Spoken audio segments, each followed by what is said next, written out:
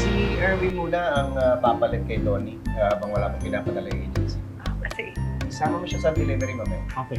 Kilala mo na yung mga kasama ko dito sa trabaho, no? Opo. Siya lang po, hindi pa. Yan si Bang Pedring. Bang Pedring, kaibigan ng ko si Erwin. Dito lang muna ako sa opisina. Okay po. Salamat po, Tito. Salamat Kaya po, na ba? marami. Sige, Pitch. Nagpahinante ka na ba nun? Sige, di bali. Tuturuan kita ng trabaho, ha? Okay, sige po. Sige, sige. Pwede po bang makitabi muna ng gamit dito?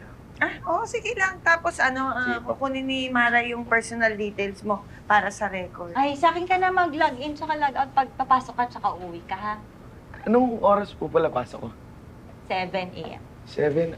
Maaga pala. Eh, yung uwian po, ano pong oras? Depende kung anong oras matatapos yung deliveries nyo.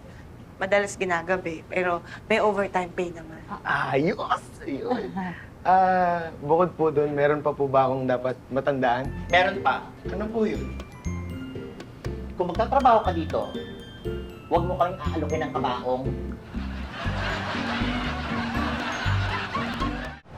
Bek, sorry na-traffic kami.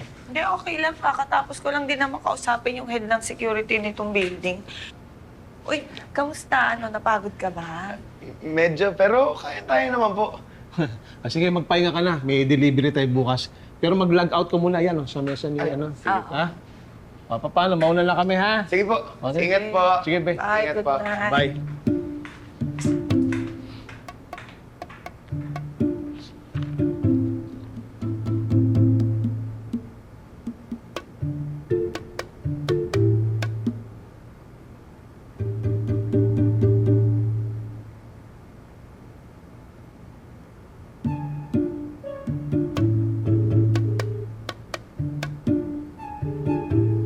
Hello? Insan? Pasensya ka na, ha? Baka nakaabala ako. Baka pwedeng makituloy muna dyan? Kahit ngayong gabi lang? Nagpaparenovate ka. Kahit sa sala? Okay. Sa kusina, nire-renovate din? Sige, Pinsan, thank you, ha? Maraming salamat. Sige, salamat.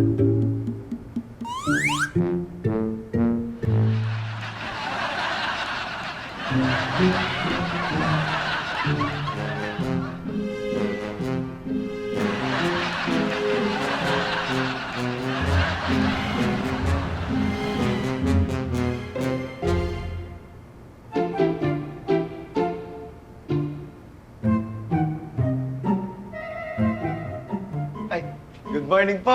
Good morning. Ang aga mo, Opo, kasi ayaw nalilate sa trabaho. Ganito ko talaga ako. Mukhang masipag ka. Aasenso ka kapag pinagpatuloy mo yan.